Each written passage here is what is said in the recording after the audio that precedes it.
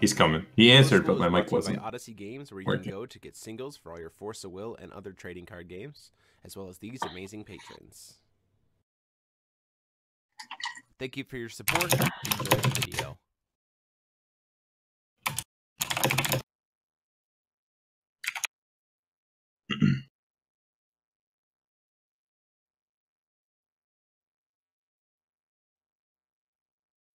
And then way over on the other side of the screen, we have Franklin Classic.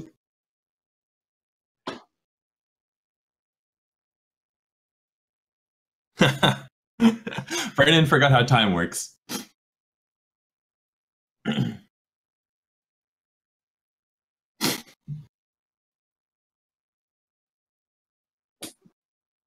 What have you done?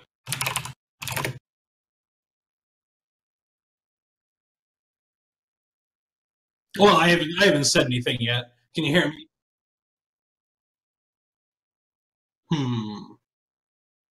You messed up your timer. You messed up your lighting. You messed up your audio. Everything's awful. Yeah, I can hear you on Discord, so apparently everything is awful. Can everybody hear me now? I think I fixed it. XSplit is randomly deciding that it wants to remove all of my sources. Super great there. Really happy about it. Does that work now? Now they can hear me. I have returned. Beautiful. So, let's do the intro again. So, School is brought to you by these amazing patrons. Thank you for your support. Enjoy the video. Welcome back, everybody, after a long week of Force Will to the Teacher's Lounge, your favorite ever Force Will podcast featuring myself, Jeremy Franklin. Way over on the other side of the screen, we have Ryan Miles. And featuring on the other side, wait, I already, God. I'm the crazy one this time! And Frank's in the middle. It's been Brandon Bremont forgot how time works and will potentially be showing up and nowhere near a computer. So it is the three of us, it looks like, tonight. This is why we banned distortion at times, so this wouldn't happen, and he's still getting all messed up. Still get hit by Gosh. it. So, as always, thank you guys so much for watching and kind of supporting us as a channel. I've already seen some stuff being spammed to the chat. Huge thanks to all of our patrons and members. Remember, we're still in that membership drive, so if you join as a member, you get one of those cool Malaysian Will coins. And it does go help support the channel and make things like me traveling out to Minneapolis to do the stream for that possible. So if you want to keep having that happen, consider joining as a member. You get access to the emojis and all kinds of stuff like Derek is spamming, including our nearest one, which is Fow Cheer. Everybody's favorite red reading ruler Priscia is our newest emoji. You made that Fow Cheer, not Fow Burn or Fow Suck Cheer. or Fow Awful or anything related Fow to Aid. red cards. Yeah. Yeah, well, I did what I did. So, but tonight we are talking about epic stories. Specifically, it has become, in the new Force Will Global group, it has become pretty crazy. In fact, for those of you who are watching and maybe not a part of the Force Will Global group, please go check out that. Ryan, can you put a link to it in the chat? I'm already doing it. So it's hard the, new because the primary new Force of Will community that has happened in the aftermath of TCG US being archived. We are not talking about that in this podcast. So I would probably talk about it for way too long if we did. So yeah, we're gonna move on from that. So tonight we're talking about epic stories. It is getting a ton of traction, especially after Svetlana's announcement last week that she was doing side events for epic stories. We're seeing a ton of people talk about it, and it is a format that is very, very different. So we thought all three of us play it.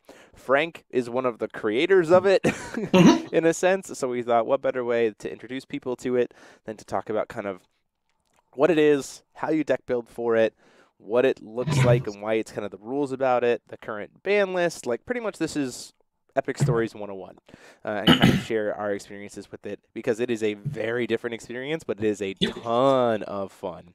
So Frank, why don't you go ahead and give us kind of a background about what Epic Stories is and the core rules of how you play. Sure. So the idea behind Epic Stories is this is, and like, I'll just be open about this because it's pretty obvious. Epic Stories is sort of cribbed from the same idea that spawned EDH/Commander and Magic. The idea is to have a format that simultaneously gives you a way to like do more of the type of like crazy kitchen table play that like people love to talk about, and also give you a chance to use like a wider array of the cards. Like, there's a bunch of powerful and cool cards that just like never quite make it because they're either too slow for constructed. Like, the biggest one is often they're too slow. Easy example is Ragnarok. So it's an inherently powerful card. It's a big flyer. It can draw you a bunch of cards. It's got just a free extra effect stapled onto there, but it costs 6 mana. And tapping out to do a 6 mana permanent that you then that just maybe draws you a couple of cards is just too risky in regular constructed. So the idea is that with a couple rule changes, you can simultaneously enable some stuff like that, and then also give you a format that has a little bit of a different identity by enabling something that's inherently different. And so the basic rules are you start at 4,000. Instead of starting at 4,000 life, you start at 8,000 life. Your deck has 2 rulers instead of 1 ruler. Between all symbols on the card, a card's colors, and all of this on both sides of the card, you get what's called the card's color identity. Your deck can only have cards that are contained in the colors of your 2 rulers. The other big deck building change is that it is singleton. Other than basic stones or cards that have rules that overwrite the rules, like the Kimono of 12 Parts, you can only have 1 copy of any card. And then the last big one is that your main deck must be exactly 60 cards. Exactly 60. Yeah. No, not 60 or more or 40 to 60. It's exactly 60. And so because of this, you end up with like 60 card singleton gives you a little bit of variance. There's naturally, when you're building a deck, you're going to try and mitigate some of that, but a certain amount of variance does allow the games to just be a little more wild and different each time. 2 rulers obviously gives you lots of ways to combine things you might not otherwise be able to do and do extra cool stuff. An easy and popular example would be the original Lumia from TAT plus Belisarius. Yeah, that's a pretty common early one.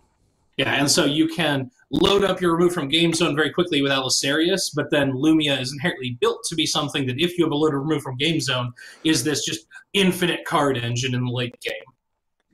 And because you started the game with 8,000 life, and because everyone's playing a usually slower deck because of the inconsistencies of having 60 cards, you get to live these beautiful end game scenarios for almost any deck you build, as long as you are able to maintain cards pretty much. So yeah, I think It's one of my favorite formats in any card game I've ever played, because if you've ever seen me talk about Force of Will, you know that I love building decks. So when you add on all these really cool restrictions to it, but you also open up the ability of having 2 rulers, you just get this amazingly fun experience where there are so many combinations and there's no real meta, because every single game is different. Absolutely. I mean, there is a tier 0 deck and I built it. Don't worry. You'll see it. Except the fact that it has literally a 0% win rate against the deck that I built, so it's fine. I'll figure it out. All right. Well, the other deck beat you, and only one deck beats me. So that's the definition of tier 0, right? Prisia lost to 40 Regal, or the Death Scythe Charlotte deck. It was still Prisia. I don't know. But yeah, no, it's a lot of fun. And yeah.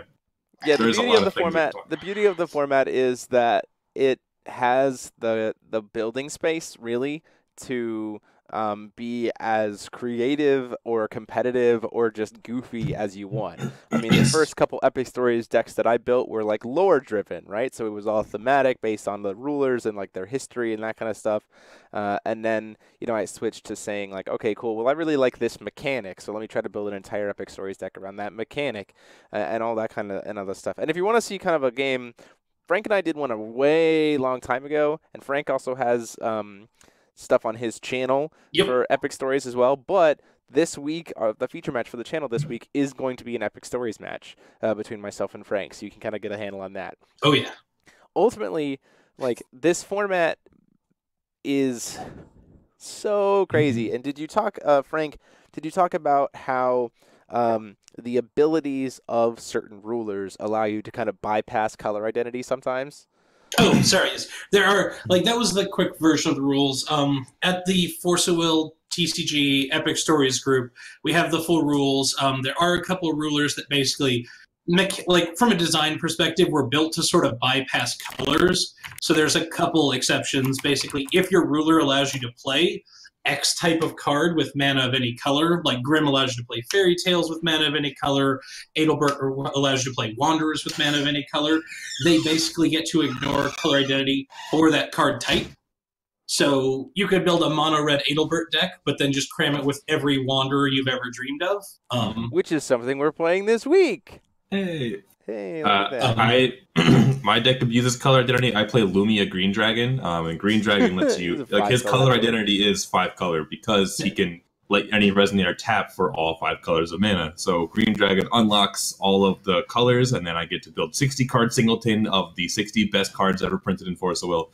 And that's my deck. Obviously, Jeremy said his first deck was a lore deck, and hi, I'm Ryan Miles. My first deck was designed to be competitive as shit. I wanted 5 color good stuff. I wanted Lumia doing broken things. Yeah, that's kind of where I went. But like, there's so many different ways you can go when you're building a deck, and that's really what the fun of it is. There is net negging, maybe, I don't know, but like the whole thing is just deck build, and then like see how you're Yep. see if And you the can other thing find the is, too, synergies is- that exist. And the other thing is too is this is a multiplayer format.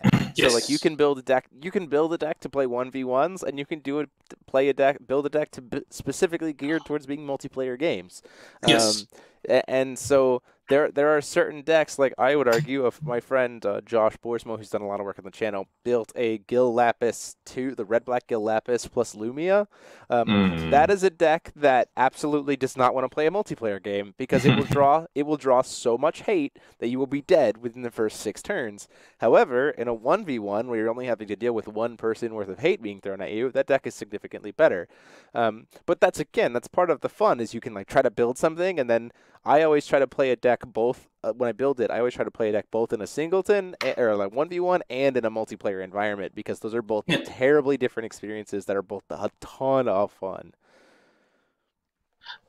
Yeah, when I first built it, I very clearly built my deck for the single-player experience because I had never really played multiplayer card games. I had messed around with EDH a little bit, and I found it so unfun, but I think that was more because it was Magic than because it was multiplayer. So when I finally did start playing multiplayer EDH, there were like some significant changes I had to make to my deck, where there were like certain cards that just needed to be included because I needed to like have hate for certain types of strategies. Yeah. I also needed to streamline my win condition, where before I was just doing like Lumia good stuff, where you played Captain Hook, you played Nidhogg, but it was really, really slow because like 3 players got turns before you got one end of turn for your Lumia.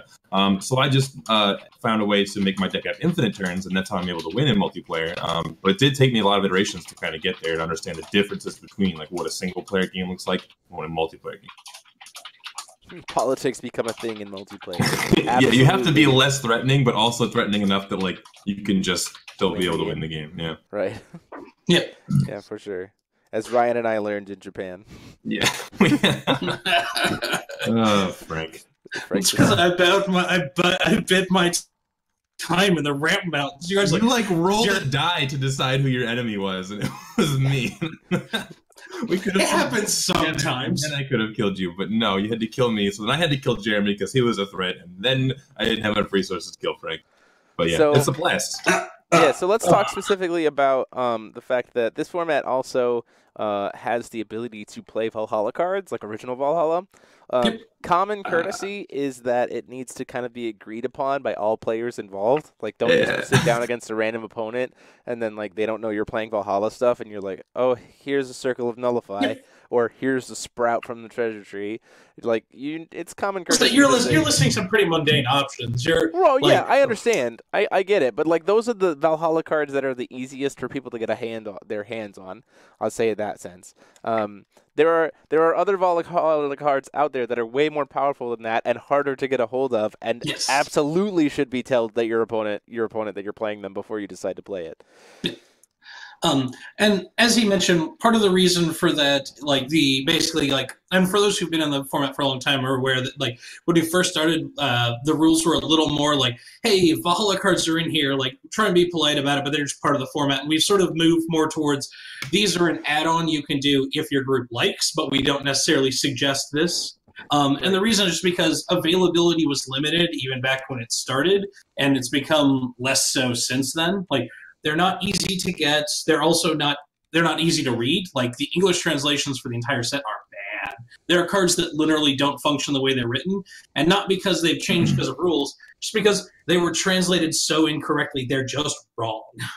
Yep. And so, like, then there are also like the other problem is that like Valhalla has this split of like there's this subset of really cool cards. There's a whole bunch of like really underpowered cards because between Valhalla and moving later, they sort of changed the way numbers work on the curve. Like body sizes are basically all one step down. Like anything that's a 2-drop now is probably like the appropriate size for a 3-drop body in Valhalla, so on and so forth. Right.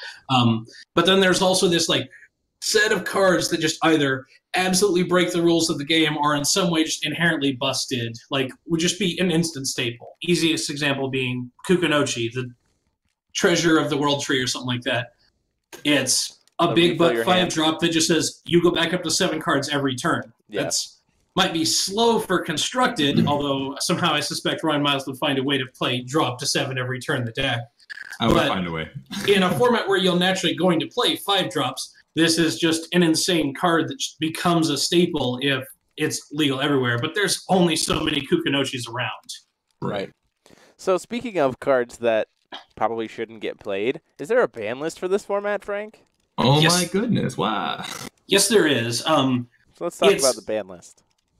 So there's only a few cards on it right now. Me pull it up to make sure I don't forget any of these. Apologies.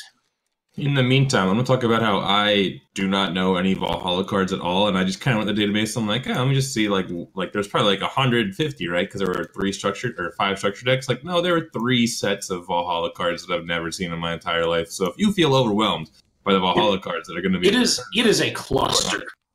Jesus God, there's so many cards.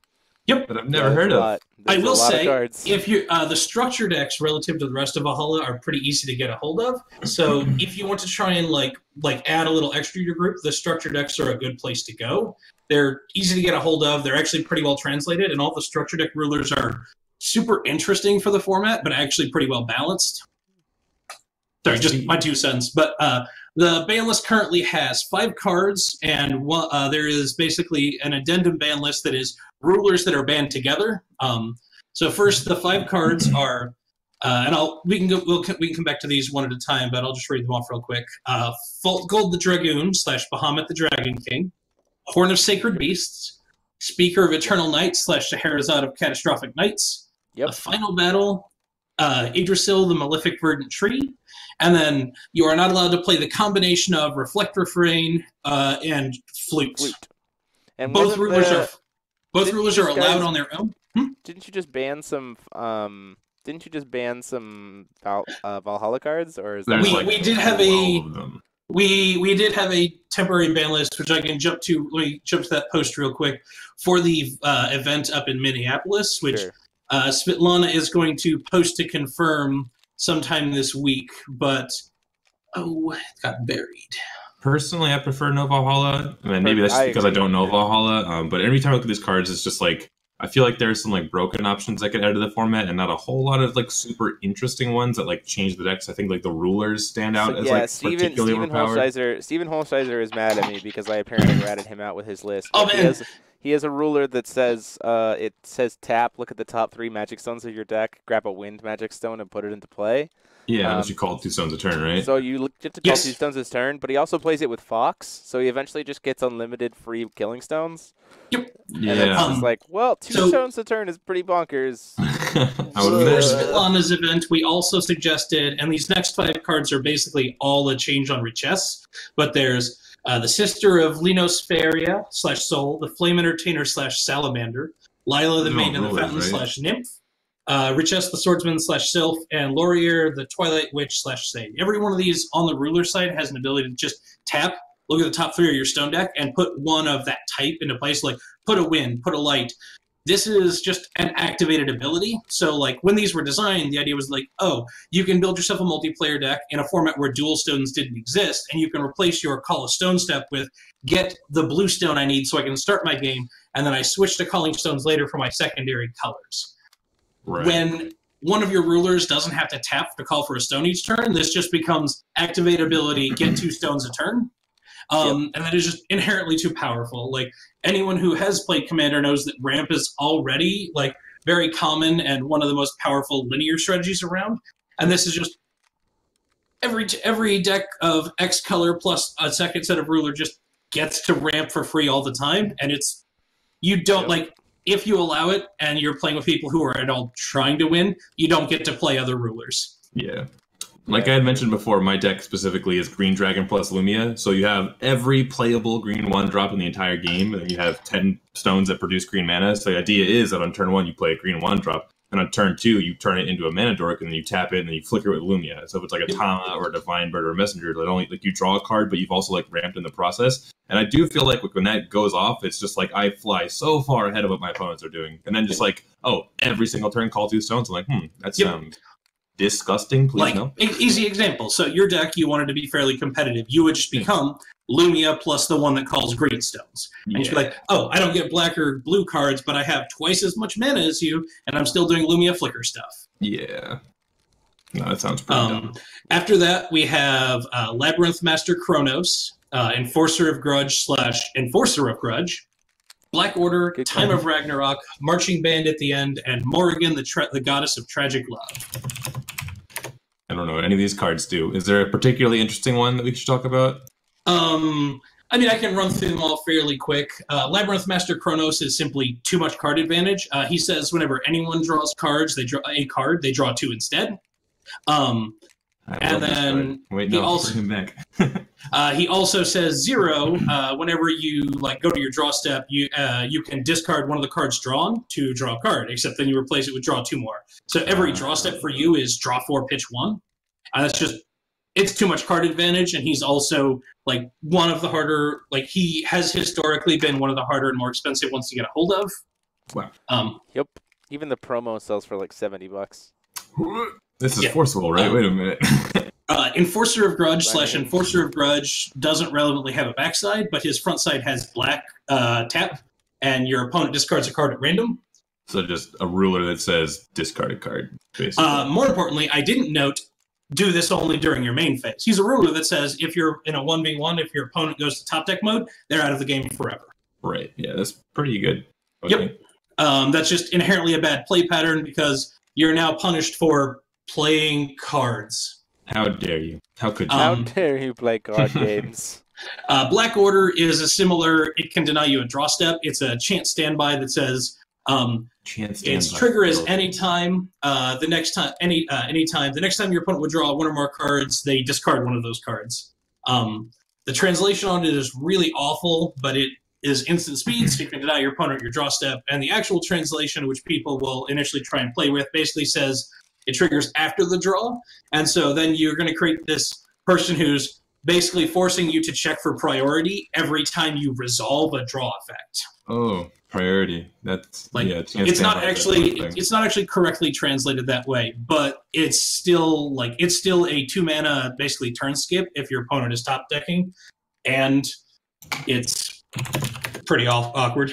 So Time of Ragnarok is quite simply a rules nightmare. There's already an awkward. I love this card. There is already an awkward rules exception in the existing foul rules for this card that no one in the U.S. has ever had to play with. And it gets more awkward when you have 2 rulers. So we're just getting rid of it so that you don't kill all of the judges up there. Yeah, good call. Good call on that one. For anyone who doesn't know, this is literally the only card in the game anymore that can destroy a ruler. Yep. So let's not do that. So let's talk about March of the Dead. We talked about marching band at the end. It's where you pay life to gain life, and you're just like, okay, any form of you just loop them to death with infinite life. So I want to talk specifically about how we kind of already touched on it a little bit. How deck building for Epic Stories, obviously outside of singleton, because it's a singleton deck, so we're not going to talk about the fact that you're only playing one-ofs, but like playing for the format of Epic Stories in deck construction and playstyle is so vastly different than anything else. Like we have a singleton ruler in New Frontiers, and you're still not going to deck build anything close to how you would build IU. Nope. So like let's talk about how building for Epic Stories is so vastly different than anything else. You need to, at least in my experience, like you pick your 2 rulers, and that's like really where you're starting off, because not only are you looking for like ruler synergies, you're looking for cards that will maybe synergize with both rulers' effects, or you're just looking for a particular color pool, and then you want to have access to those cards in your deck just from like the colors that you're going to have from your rulers. And then I think from there, because like there's just so much variance that goes into it, you really just like start with, okay, these are my colors. These are the like OP best cards in the colors. So if you're green, for example, like you're probably going to have like your broken counter spells like Otherworld Dreams, Severing Winds, you know, but you're also going to like have like Tama Messenger, because like card advantage is really important in this format because it does go late because you have 8,000. Yeah, for sure. But in general, like once you get past like your like general broken OP nonsense, you're looking for like specific synergies and like as many synergies as possible. So like you think about what cards synergize with your rulers, and then you also say, okay, well, I want to see these cards, but what cards will synergize with those cards? And you kind of like go down this like almost like tree process of thinking about like how many, like what does a 5-card hand look like, and can all 5 of these cards like interact with each other or with my rulers in a very like synergistic way to get as much power as possible without ever having like total brick hands where like, oh, these cards are good like when I see these other cards, but when there's a 60-card deck and they're too far away from each other, it doesn't very work that well. Yep. Right. This is also going to push your like deck building to look at like reevaluate cards in a different direction. So an easy example is like anything that's modal or like is a bit more flexible is going to get inherently a little bit more value. An easy example being Jubei from the most current block. It can either answer an addition, a problematic stone, and because you're on singleton stones, you will actually see some of the stones with activated abilities come up. Yep.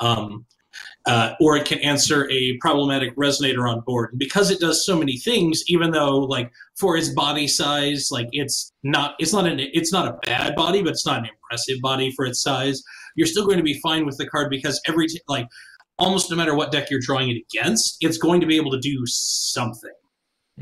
And so like flexible cards like that get a whole lot more valuable, whereas in like basically in a regular format, Jubei, like he's just not, because he's in regular constructed, most of your cards are doing the same thing in 80 to 90% of games. You're really focused on them being like efficient and powerful for the cost. So you're not interested in Jubei because you have a cheaper thing that destroys an addition, and you're not worried about destroying a stone at the moment, and you have cheaper things that destroy resonators. But now, one card doing all 3 means that when you draw him, you've drawn the answer to 3 different things, no matter what the situation is. Yeah. We have a question in the chat from Jace Williamson saying, does your opponent become target opponent? No, it does not. No. If you're playing in a multiplayer format and your card says your opponent, that means everybody. There is wait. What does Lapis Darkstorm say? There is a whole section of the rules that balances this out a bit, because Horsewell has blanket slapped your opponent on a lot of stuff, and making it all 1-for-1 does make multiplayer games pretty, like, it punishes a lot of things that were clearly designed to hit everything. Darkstorm steals 6 cards.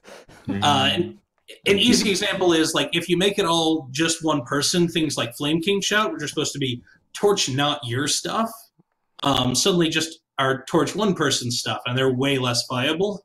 But just blanket the other direction gives you Lapis Darkstorm. Each opponent is down 2 cards, and it's awful. So there is awful. The basic gist of it is if it affects the battlefield or everyone's life totals, it affects everyone. If it affects a zone, or if it would affect more than one zone, so if it's affecting multiple people's hands, if it's requiring you to go into the deck, it's effectively choose an opponent. There you go. So there's some balancing there. Yeah, so because like a soul hunt would affect everybody's hand and everybody's board state because it hits affects board state, right? But a Lapis Darkstorm is choose an opponent. That person discards a card and then discards a card at random, right? Yes. Gotcha. There you go.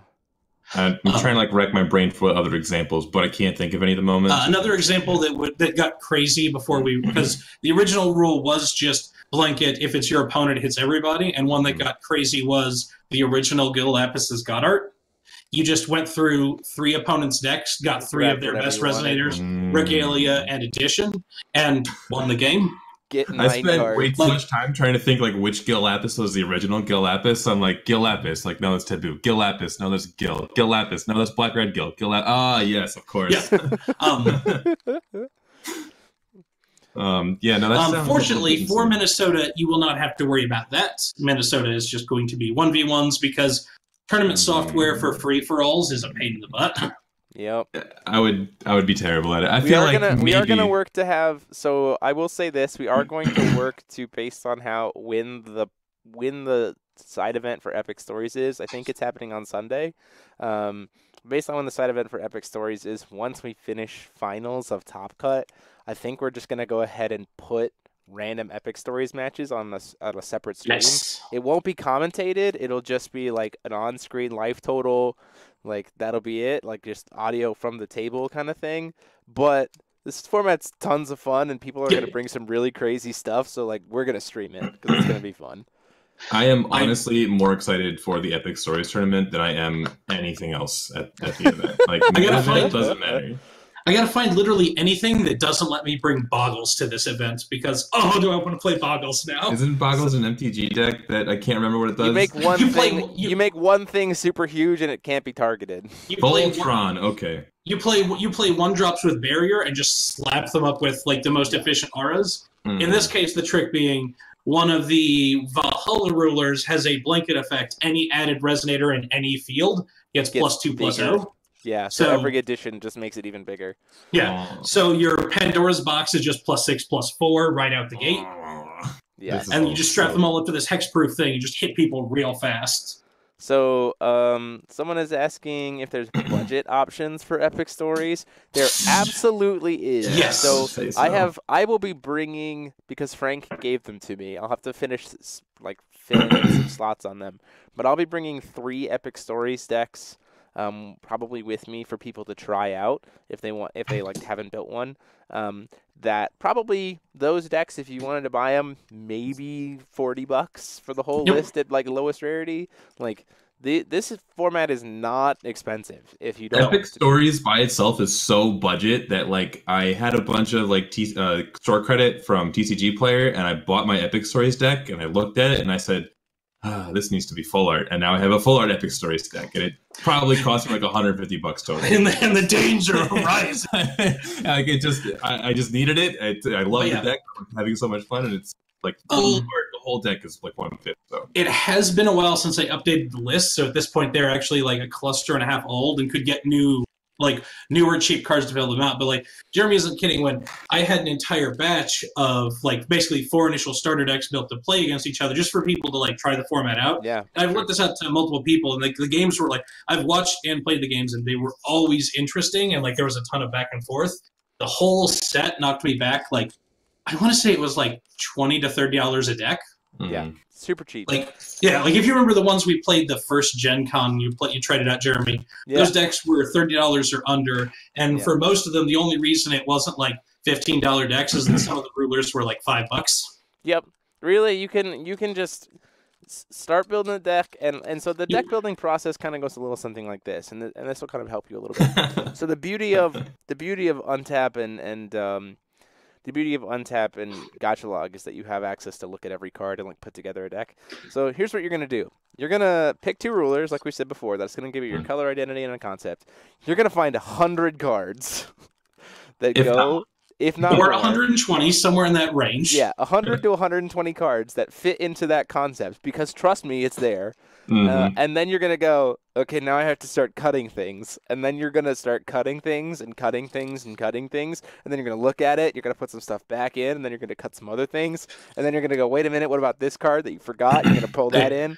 And it's just, you start with this massive pool of stuff. And then you just start trimming. Like, that's the deck building process for, like, your first Epic Stories deck. Is, like, pick a... And personally, I think for your first Epic Stories deck when you're building it, it really is best to kind of focus on one of 2 things, really. If you're a player like me who's super casual, just, like, pick a like, a lore kind of style of mechanic, like a character interaction, like, whatever, do that. Or pick a mechanic and say, like, I'm going to build my entire deck based on this mechanic. So, like, for instance, right now, the deck that I currently have, which was the one that I used to raffle stomp on Ryan's deck, is original Abdul plus Sherry 1.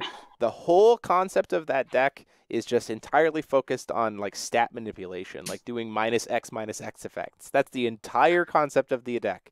And, like, that, even Ryan and Frank can attest, when I was building it, I walked up with, like, hi, I have 130 cards. It's like 2 colors too, right? Yeah, like, it's green. He Black. also made the delightful choice / mistake to ask us. So the first thing that happened was not, okay, Jeremy, this swath of cards are probably easy to go to help you trim down. The first thing that happened was Ryan and I each added 5 to 10 more cards. Ryan and Frank both added cards that I forgot. Each. They were just like, oh yeah, you forgot these cards, and I'm like, dang it, I did. So it just got bigger. But then it just trims and trims and trims, and now I actually have a deck that works really well. The upside of the reason why I used Abdul is because so here's one thing to note about Epic Stories too. Rulers with tap effects, we kind of already hit on it with the stones and stuff. Rulers with tap effects have a pretty important impact as like your secondary backup. It's usually best to try to have one of those if you can. It's also the reason why Fault Gold was banned. Yes. Fault Gold just says tap, search for a dragon. So in a game of Singleton where you have another ruler to call for stone, it doesn't matter what your opening hand was for Fault Gold. You just always had perfect curve in terms of your resonators. Not just perfect curve. You always had turn 3, 5 or 6 drop dragon. Exactly. So because that was the reason why he was there's a 1-drop that makes your expensive dragons cost less, and there's a 2-drop that vanishes for will, and then your 3-drop is tutor for whatever 5 or 6 drop dragon you want, and just play it every single game. Yeah. So Ryan, it was mentioned before in the chat, Ryan Lindley, the official rules regarding the rune deck is you pick whatever divinity is higher between your 2 rulers, and you can play 2 master runes in the rune deck, but only 1 per each ruler if they're both there, right? Correct. So if you're playing Brunhild plus Hanzo, you can play Sealing Scroll and Brunhild's Wrath, but you cannot play Odin's Judgment and Blade of Faith. Right. Basically, you're limited to still 10 divinity, but you do get access to both of their master rules. Yep. So the reason I can play Arcana of War, and he's a 5-colored ruler. That's what I got out of that. Correct, and that's why there's the wording on you take the higher of the two. So if you take Arcana of War, if you take Brunhild plus Arcana of War, you get 10 because Arcana of War is like 5 or something. Yeah. So that is the process. Also, that is a worthwhile note. Is all of the draft rulers are super potent. They do seem pretty. You just got like some divinity, like you get to play any. Not just those draft rulers, the old ones too. Right. Because there's still 5-color and first 3-turn color fixing. Right. How does divinity does my rune deck's color? Sorry, the runes, non-chant runes in my rune deck need to be the same color as my divinity ruler or both my rulers? Nope, just both your rulers. Okay, cool. So, for example, one deck I'm considering is Arla plus, I haven't picked a divinity ruler yet, I'm currently leading Lucifer, but I get to play all of the white runes for my Ophiel, so I can play Angel Tribal. And I'm basically just going Lucifer's Master Rune plus a bunch of stuff for Angels. I see. That sounds pretty good. Yeah. But again, we have, in the history of Force of Will, at least what was outside of Valhalla, we're sitting on, 50, 60, maybe 65, 70 rulers? Congrats! You can have, that's a lot of combinations. Yep. Like, and all of them are super fun. The only one that's banned, there's only 2 that are banned, rulers just by themselves that are banned. Everybody else, come on in, have a good time.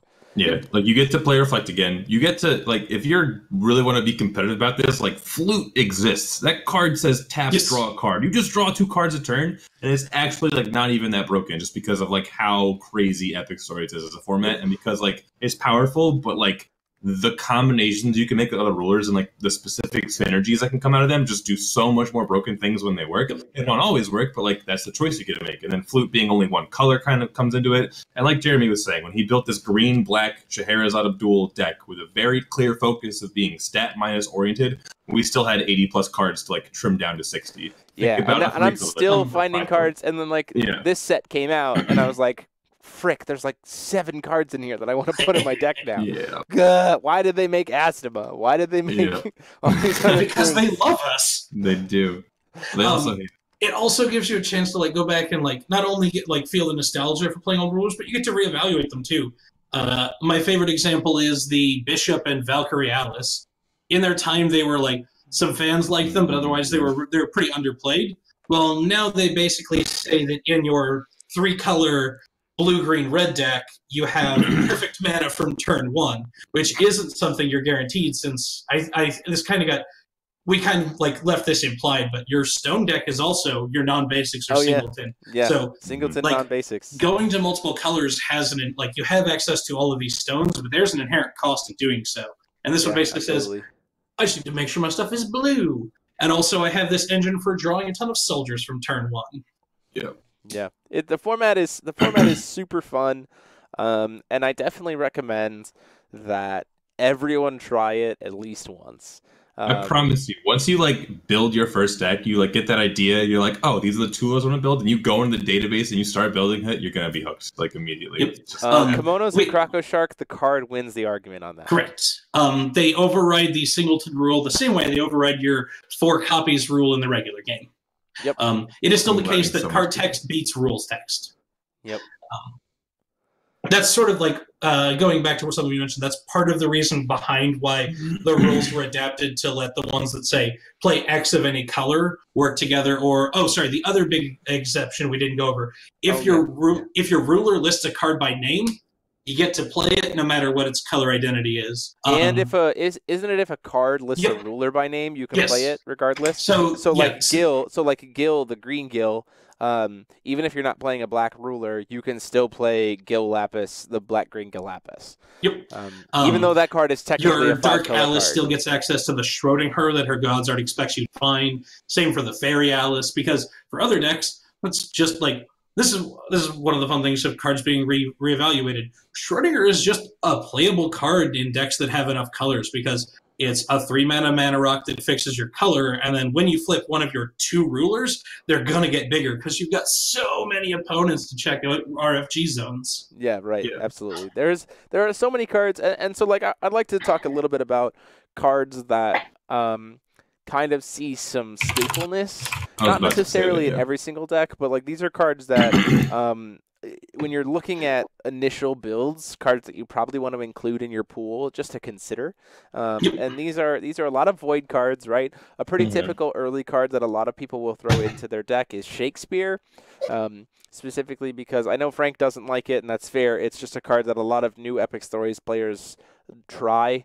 It's because it says, it's a 3-drop. When it enters, you flip up the top magic stone. If it's a different name than your other ones, put it into play. So it's a ramp stone.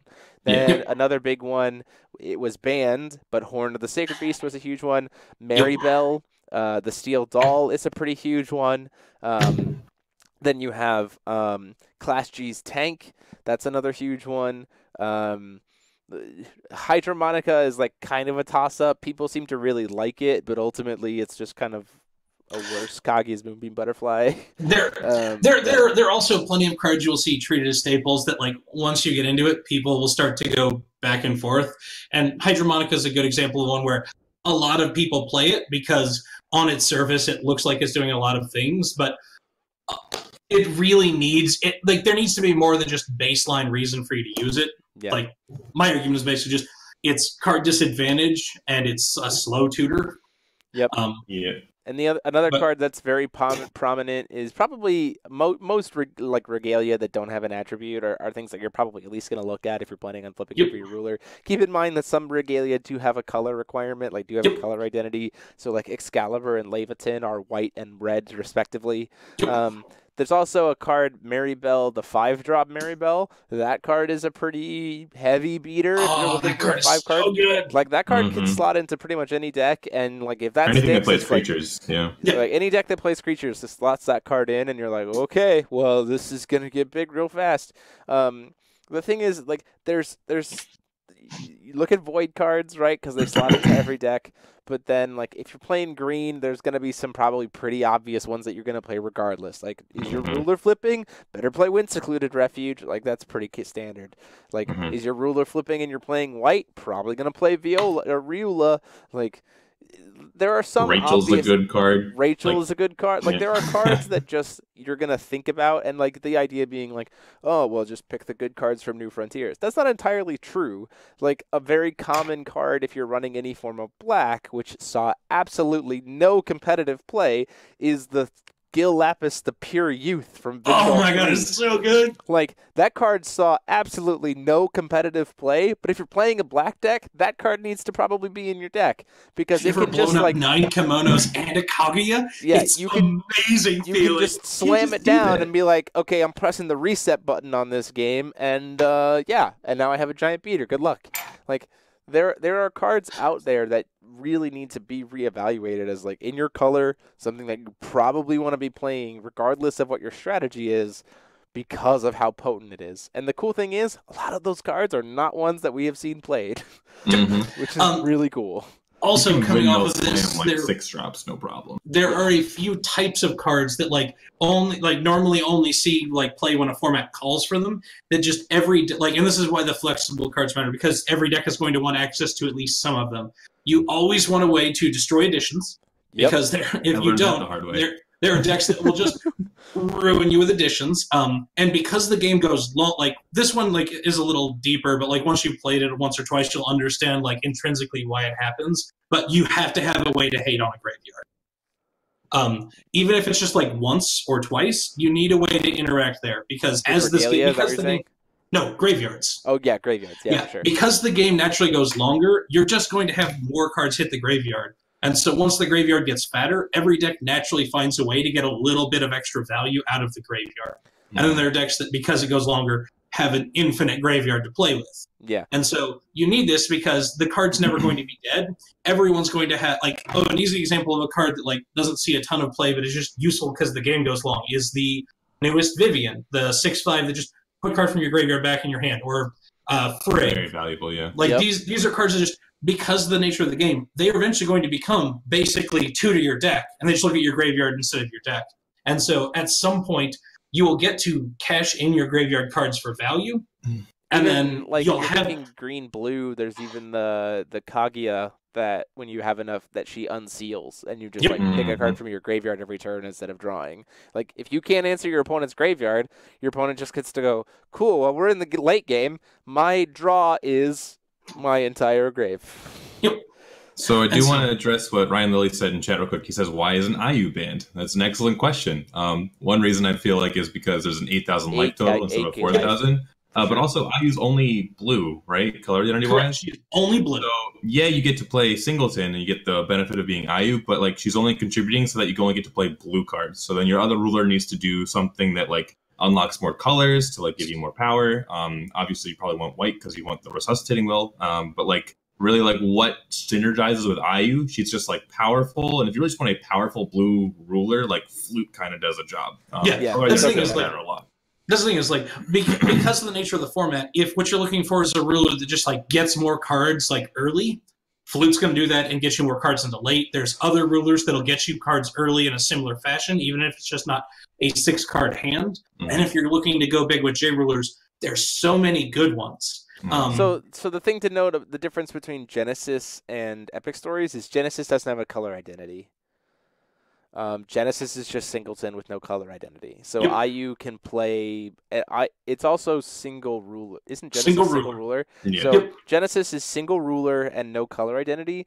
So they can literally just play New Frontiers IU with Singleton Stones in Genesis, and that's why it's banned.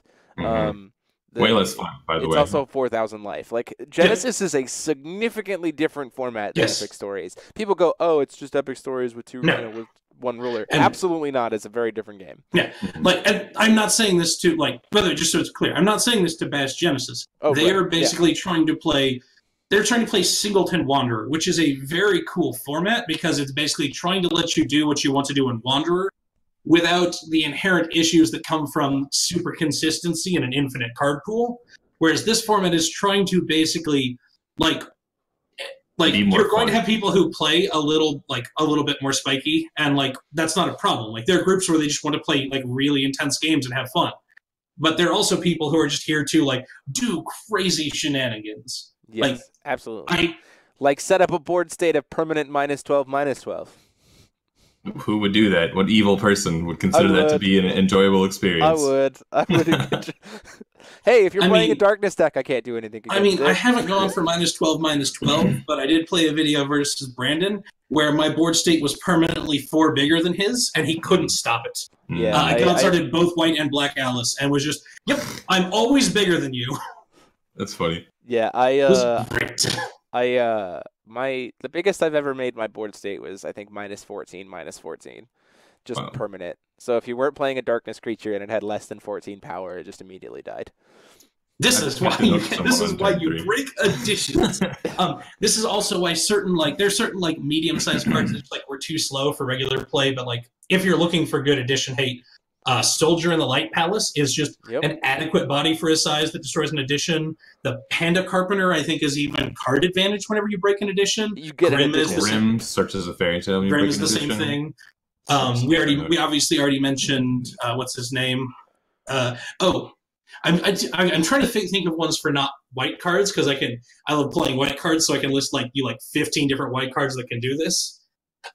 If you let me play a value deck for too long, I will make you regret the life of someone who plays non-creature permanents. Yeah, it's not a good time. I am the classic grindy value player. So I'm just hold up, body that kills your thing and leaves a body. Whee! Yeah, no, but this format in general is, we've all been, and I think honestly, it's developed into something that everyone can enjoy to the point where regardless of when you entered the game, whether you've been in it from the beginning or you're just a recent enterer, you should get into this format because it is another way to make. Weirdly enough, it makes buying boxes more valuable, weirdly, and it also just gets more value out of your cards. Because I hear a lot of people, and we've talked about this before, who the argument of buy packs, buy boxes, buy singles, and weirdly enough, Epic Stories, there is not a single card. I mean, there are some outlandish cards that are just this is never going to see play even in Epic Stories. But when you consider a set competitively versus when you consider a set for Epic Stories potential, the card pool of cards that you're actually interested in triples, if not quadruples. So buying a box suddenly gets you so much more value for your buck because you have this whole other fun format where you just get to goof around in and play around in. So I definitely just recommend. I can't recommend this format enough because it's just absolutely. It's so much fun. It typically is played best of one. You can build a sideboard for it, right, Frank? Yes. And sideboards still exist because some rulers need them to exist. Biggest example being Vel 2 needs you to have a sideboard to function. Right. And so one of the things that one of the ways that kind of gets Book of Light, Book of Dark. Yeah, one of the things that kind of, and same with Lilia's Petal. So one of the ways that can kind of get addressed if you want to play in a format or host a tournament that potentially has sideboarding, Frank has suggested this before, where you sit down for game one, both players reveal their rulers, and then immediately you get 3 minutes of sideboarding before the game. So it's you have a sideboard that's built, but you're still playing best of ones. So when you reveal rulers, then you get a chance to take your sideboard and potentially tweak your deck for that best of one. Yeah. This is a really good interest. We've played this several times in my locals, when we were doing Swiss, because someone asked about how long these games go. The first time you play the format, your game will probably take you 50 minutes to an hour. But once you're once you've played a couple times and you're used to just the differences in the format, a single game will run you 35 to 40 minutes. Yeah, 30 to 40 minutes. And so, a regular round is, just enough time to, reliably get 2 games if both players are on pace, which is just not enough time to finish a best of 3. Yeah, right, which is why it's typically played best of 1. Yep. Just because you're just not going to have enough time. Just because this is why we should all play Lumia Green Dragon, because games are over in 10 minutes when one asshole just takes infinite turns or Captain Uxie out of the game. It's fine. We just go turn 1, get a... No, don't do it. We just get a turn 1 Grubalesta and flip into an Abdul that you can't The worst target. part about this stupid deck is not even the Abdul that he can just pump out on turn 2 any point. It's just the fact that his ruler says, "Oh, kill your 1-drop, kill your 1-drop. Yeah. Put mana on this guy, kill your 1-drop." I remember playing it. So Abdul's effect for a tap effect, for those of you who don't know, says tap -3/-3, which is hilarious because way back in the beginning of the game, the very first time I judged an event was when at Chicago and Abdul was super huge, and I had someone call a judge over, and someone said, "So on his turn, can I tap my ruler to do this -3/-3 effect?" And I was like, I had to answer mechanically, that is something that you are allowed to do. Because mechanically, that's true. Oh, no. And then he goes, cool, I'm going to tap and kill your Hunter of the Black Forest. And then I just stood there. And I was like, okay, cool, that happens. And then he goes, okay, cool, go to untap. And I'm like, no. No, you don't. Oh, no. Your ruler doesn't, you don't get an untap step your first turn. Yeah. But like in this format, Abdul says, I don't have to be the one calling stones. So let's get a free -3/-3 every turn. Let me address one. So good. Let me address one incorrectness in chat. Ryan Lilly, you can absolutely play both books. They only restrict the cards that are in your main deck. So if you play Book of Light, Book of Dark together, you just get a black-white deck with a 15-card Despair Hope sideboard to toolbox from. Yep, that's true. Wait, so you can't play Will of Hope or Will of Despairs in your main deck? Main deck. Because of the way the game's rules work, it actually only restricts your main. Like, if you're playing Book of Light before, there was never a reason to have Will of Despair cards in your sideboard because you never stop being Book of Light. But if you have them both, you just seven Despair, 7 Hope in your sideboard, and between all of them, you have a toolbox that answers almost everything in the game. Like, you basically just have one of every kind of silver bullet and just a white-black value deck. And oh my god, is it fun! I honestly hate this, but at the same time, I don't, and that's conflicting that's me, really. That's the beauty of Epic Stories, man. Every time you see a strat, like, there hasn't been a time in Epic Stories that I've, like, seen my opponent do something, even if it's going to absolutely hose me, and I'm still not like, man, that was cool. Like, like, even when you get absolutely destroyed in Epic Stories by a cool combo, you just sit back and you go, man, that was cool. I've only scratched the surface of seeing Epic Stories decks, and every time someone shows me something new, I'm always like, wow, you are a goddamn genius, and I'm a plebeian with my Lumia-only strategies. I must expand my horizons. Like the combinations are just so cool. Like, it's just so much fun building decks, so much fun playing games. Just play Epic Stories. Yeah, for sure. Also, join the Epic Stories group. Yeah, this also didn't. This got left implied earlier, but it is not a rotating format. We update the ban list with set releases or around set releases depending on my schedule. But other than that, there are no rotations. So, like, when you build a deck, you get to keep it, and you just get to keep updating it. And I had, like, my first one, I still have that Boggles deck, and I just keep like so. For example, it existed before Bestow existed, so they gave this whole new keyword, and I'm just like.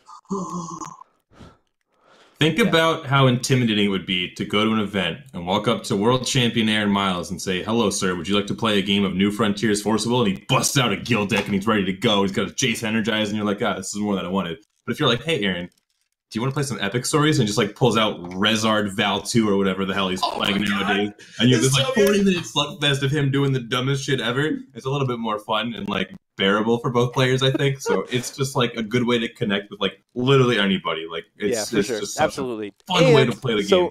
And if you're looking for what Force Epic Stories looks like, one, Frank, you have a channel. What is your channel called?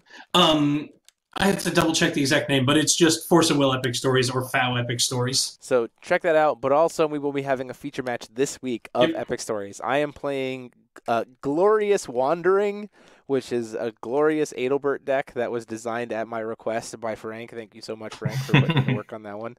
And Frank, what are you playing this? What are you playing? Let me grab the list again to make sure I'm not mixing up one of the infinite lists I've sent around. Oh yeah, no. Oh wait, no, I didn't send this to Jeremy, did I? I look forward to going in blind. No, you're not going in blind. Talk for a minute while I grab this off my phone. Yeah, so Epic Stories, like, Epic Stories is the quintessential, in my, like, to kind of close, Epic Stories is just the quintessential everything you love about just playing the game of Force of Will and, like, this craziness that can come out of these cards that are printed. Like, it's just fun. And playing it in a multiplayer format is absolutely hilarious, although I don't recommend going more than 4 players because then you're just like, I don't get to take turns for Sorry. But it's even as just like a social thing. Like, I've had times where I've sat down to play Epic Stories with people after an event where we're just like hanging out at the bar or something, or like we got some drinks back at the hotel and like everyone's just kind of hanging around having a good time. Like, super fun, super casual, and like the amount of laughs and just crazy jank that you're gonna see and you're gonna be like, what? This does what? The crazy combos are just, it's everything I love about Force of Will in a format that absolutely has no bearing on any kind of competitive scene whatsoever, and so it's just fun. That is one more thing, like the non-rotating format. Like, even though Wanderer also doesn't rotate, like if you build a Wanderer deck and then a new site comes out, like half the time the new cards are so broken that the Wanderer format actually shifts to whatever like just came out. Like we saw that with Scheherazade, we saw that with like Hanzo. Like the most powerful cards in Forcible are usually the newest printed ones. But if you build an Epic Stories deck, like I've had the same one for like 4 sets, and like I'll put in like 2 or 3 cards, but it's really not like there's no like top tier metagame. The core concept like stays the same, yeah.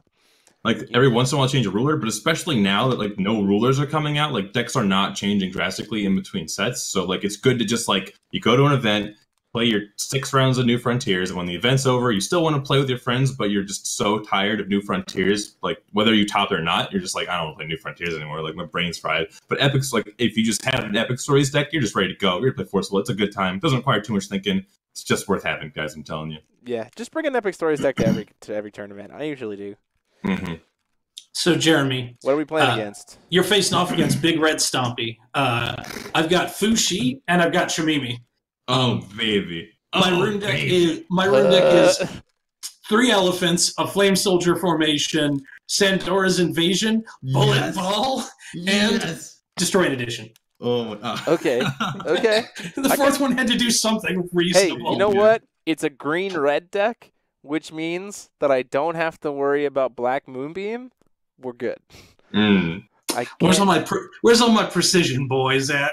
Oh, That's fine. You can have precision boys. That's fine. Just don't want to deal with Black Moonbeam. Neither of us are walking into this event with Black Moonbeam, so I'm okay with it. But that actually does it for us for tonight. I hope you guys have enjoyed this kind of romp through Epic Stories, and I definitely cannot recommend enough this format to at least give it a try. Crack open your old cards and just crack open your old rulers and just say, what do I want to play with? What sounds fun? Get a group together and just go to town. Like your first deck is probably going to be really janky and it's probably not going to work right, but you're still going to have a blast playing it. You're going to get to play some dust off some old cards that you've never even really got the chance to use. And like Seth the Arbiter. It's just going to be great. Love that card. So with that, this has been the Teacher's Lounge, as always, and I have been Jeremy Franklin, and I've been joined with Ryan Miles. Ding! Not Brandon Bremont. He's No! Brandon left us. And Frank Klosser.